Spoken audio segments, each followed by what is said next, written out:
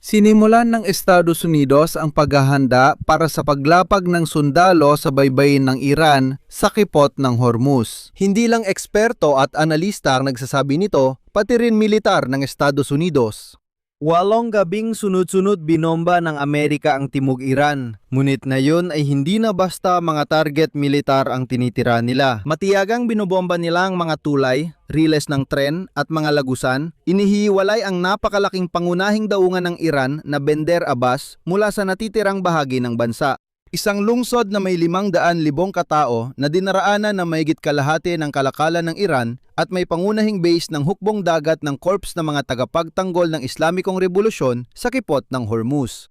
Halos tuluyan na itong nahiwalay at ngayon lumilitaw ang pangunahing tanong. Bakit kailangang putulin? Putulin ang lahat ng landas patungo sa daungan sa baybayin kung hindi mo naman balak sakupin ang daungan na yon. At heto ang patunay na hindi na lang ito basta imahinasyon. Ayon sa retiradong 4 na bituing general ng hukbong sandatahan ng Estados Unidos, palaging bahagi ng plano ng Amerika ang pagkakahiwalay ng kipot ng Hormuz, kaya makikita ang pagsira ng mga tulay, riles ng tren at lagusan. Nasa kipot ng Armuza na ang ika-11 ekspedisyonaryong unit ng mga marino ng Estados Unidos. Sa gitna ng mga pangyayaring ito, may isa pang malungkot na balita. Unang beses mula Marso, nakapatay ang Iran ng mga sundalong Amerikano. 2 ang namatay, 1 ang nawawala at lalo nitong pinatindi ang tensyon ng mismong digmaan. Sa episode na ito, bakit ipinapakita ng heograpiya ng mga pag-atake ang paghahanda para sa desanteng operasyon, anong puwersa ng US ang dinala sa rehiyon, ano ang nangyari sa mga namatay na sundalong Amerikano at saan patungo ang lahat ng ito. Ako si Alexei Pechi. Pag-usapan natin ang paksang ito. Pero bago magsimula, paki-subscribe sa YouTube channel na ito. Malapit na tayong umabot ng 300,000 subscribers, kaya't salamat sa suporta.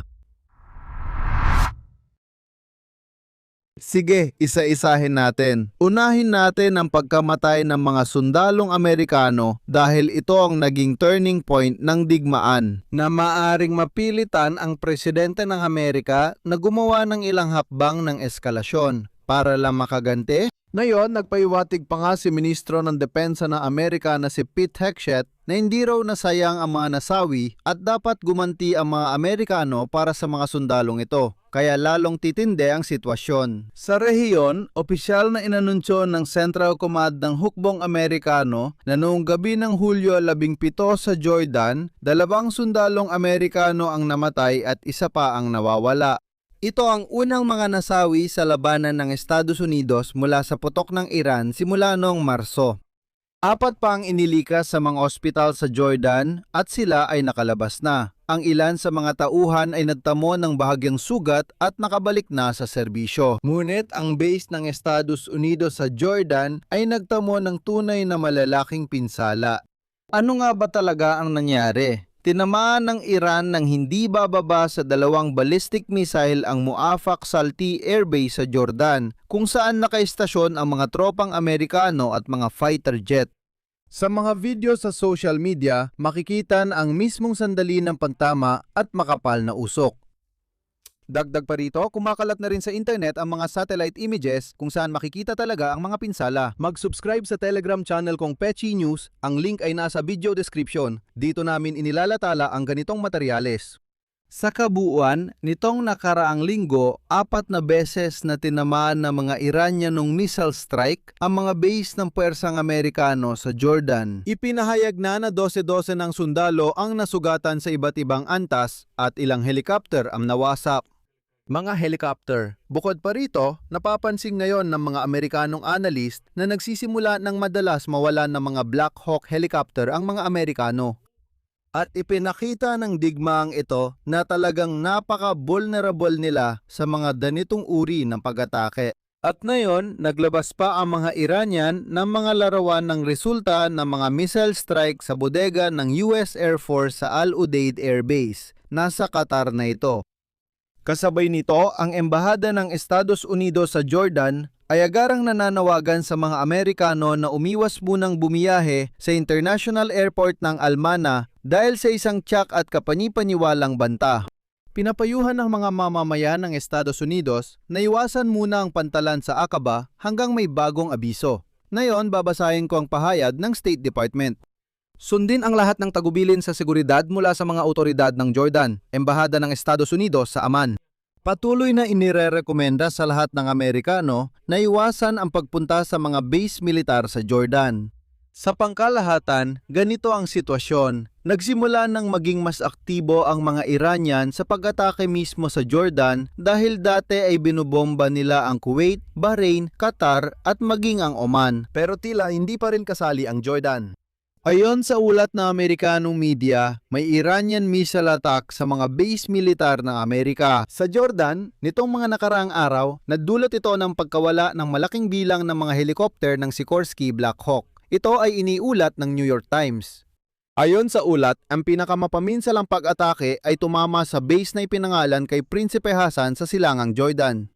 Hindi tinukoy ng ulat ang eksaktong bilang ng nawalang helikopter, ngunit tandaan ng bawat isa ay nagkakahalaga ng $21 milyong. Ibig sabihin, inaatake ang Jordan. Isang linggo na itong nangyayari, na yun lang nagkaroon ng mga nasabing sundalo at mas tiyak at opisyal ng pinag-uusapan ang isyung ito. Sa kabuuan, ayon sa opisyal na datos ng Pentagon, 16 na sundalong Amerikano ang nasawi simula noong Pebrero at mahigit 430 pa ang nasugatan. Ang reaksyon ni Trump ay nakakagulat na mahinahon. Sa panayam sa News Nation, sinabi niya, at ito ay CP, napakalungkot nito, ayaw nating mangyari ang ganito. Ito ay paglilingkod sa ating bansa. Pero nang tanungin siya tungkol sa pahayag ng Iran na hindi na nila susundin ang June Memorandum tungkol sa tigil putukan, sinabi ni Trump na wala na siyang pakialam sa anumang sinasabi sa Tehran. Dahil mula ngayon, hindi na balak ng Estados Unidos na makipag-usap pa sa kasalukuyang rehime ng Iran. Sa kabuuan, masasabi kong hindi naging madaldal si Trump tungkol sa Iran nitong linggo. Maaring sabihin na sa wakas ay napakiusapan na siya ng kanyang mga tagapayo para hindi na niya ika-40 ulit ipahayag na siya ay nanalo na. Hindi ito biro kung sakaling hindi mo alam. Ayon sa mga analista, mula noong nagsimula ang digmaan noong Pebrero 28 si Trump ay 39 na beses nang nagsabi na nanalo na ang Estados Unidos ng Amerika sa digmaang ito o natalo na nila ang Iran. At pagkatapos, nagkaroon na naman tayo ng eskalasyon. Pero, ang sagot sa pagkamatay ng mga sundalong Amerikano ay mula pa rin sa mga tropang Amerikano. Noong gabi bago magsabado, ikawalong magkasunod na gabi, muling naglunsad ang Estados Unidos ng serye ng pag-atake ayon sa sentral na pamunuan upang parusahan ang corps ng mga tagapangalaga ng Rebolusyong Islamiko dahil sa pagpatay sa mga Amerikano. Sa ganitong sitwasyon, dumarami ang senyales na tahimik si Donald Trump hindi lang basta-basta. Sa Estados Unidos ng Amerika, malinaw na may binabalak sila at mukhang malaki ang kanilang plano. Tingnan ninyo ang uri ng mga pag-atake sa Iran nitong mga nakaraang araw dahil ito ay napaka-espesipiko. Sinuri ko ang kampanya ng Amerika sa paligid ng pantalan ng Iran na Bandar Abbas at napagpasyahan kong inihahanda ng Estados Unidos ang larangan ng labanan. Talagang paghahanda ito ng larangan ng labanan. Ang Estados Unidos ng Amerika ay tumatama sa mga kalsada, sa mga tulay, sa mga linya ng tren at mga lagusan, at dagdag pa, tinatamaan nila ang komunikasyon sa paligid ng lungsod.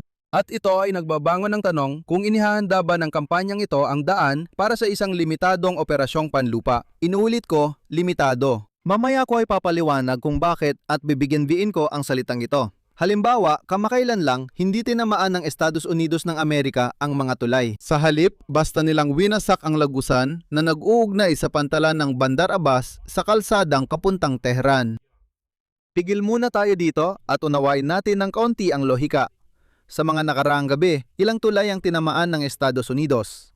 Lalo na ang tulay ng Kahuris-Kahuristan sa rutang Bandar Abbas-Khamirlar. Ang tulay ng Garif, tulay ng Apnama malapit sa Minab. Ito ay direkta ng nasa baybayin. Kasama rin dito ang sangandaan ng riles sa kanluran ng Bandar Abbas. Dagdag pa, may mga pag-atake sa mga lagusan at kalsada papuntang Radan at Haji Abad. Ibig sabihin, kung titignan mong mabuti ang mapa, ang mga pag-atake ay ginagawa para ma-isolate ang Bandar Abbas mula sa iba't ibang direksyon. Hindi lang para sirain ang mga hiwa-hiwalay na target doon. Dati, ang mga Amerikano ay tumatarget lang sa mga lugar, gaya ng pinaglulunsaran ng mga raketa at radar. Pero ngayon, malinaw na hindi na ganon. Sinusubukan nilang ihiwalay ang lungsod. Ang pagputol ng riles ng tren ay hindi lang nakahahad lang sa sibilyang pagdadala ng mga container doon. Halimbawa, inalisan nito ang Tehran ng kakayahang magpadala ng mabibigat na kagamitang militar at mga munisyon papunta sa timog sa Strait of Hormuz. Narito ang sagot kung bakit kailangang putulin ang mismong pantalan ng Iran na ito. Ayon sa The Hill, sinipi ang sinabi ng retiradong 4 na bituing general ng hukbong katihan ng Estados Unidos at ito ang kanyang pahayag. Ang paghiwalay sa kipot ng Hormuz ay palaging bahagi ng plano ng Estados Unidos, kaya nakikita ninyo kung paano winawasak ang mga tulay. Ayaw naming makapasok sila, lumakas sa logistika, at magsimulang ibalik ang mga kakayahan na inaalis namin sa kanila. Ito na ang wika ng paghahanda ng teritoryo para sa pag-agaw. Pwede ring gamitin sa pagpapalapag ng tropa, putulin muna ang ruta ng kalaban para di makadala ng reserba. Pinapahina mo sila at pinupuruhan ang natitira nilang puwersa sa teritoryong iyon pagkatapos ikaw ang papasok.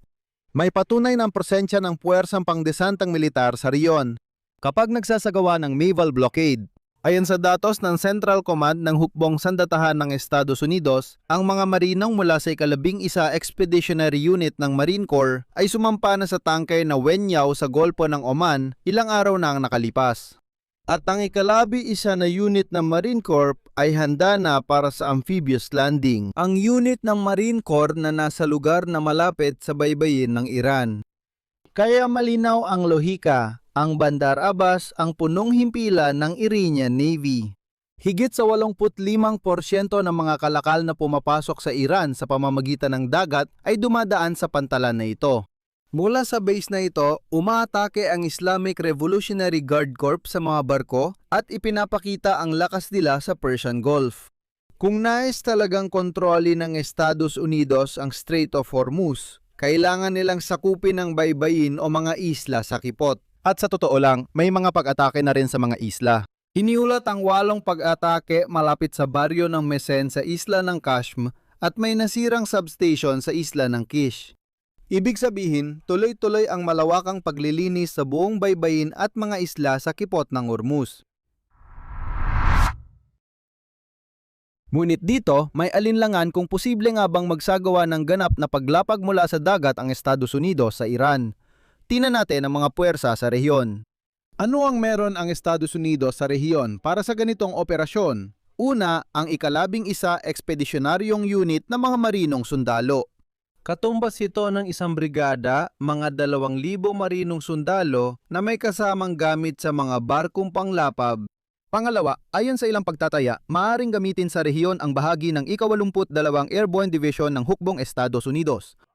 Pangatlo, naroon din ang 2 aircraft carrier na Gerald Ford at Abraham Lincoln.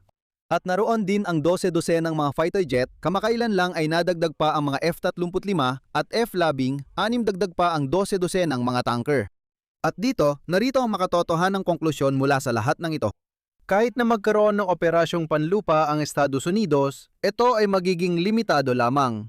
Dahil ang 2 ekspedisyonaryung unit ng mga Marines na sa totoo lang ay 2 brigada, kung mas malinaw yon sa atin, at bahagi ng isang airborne division. Sapat na ito para sakupin at hawakan ang baybayin, pantalan, paliparan o mga isla sa Hormuz Strait.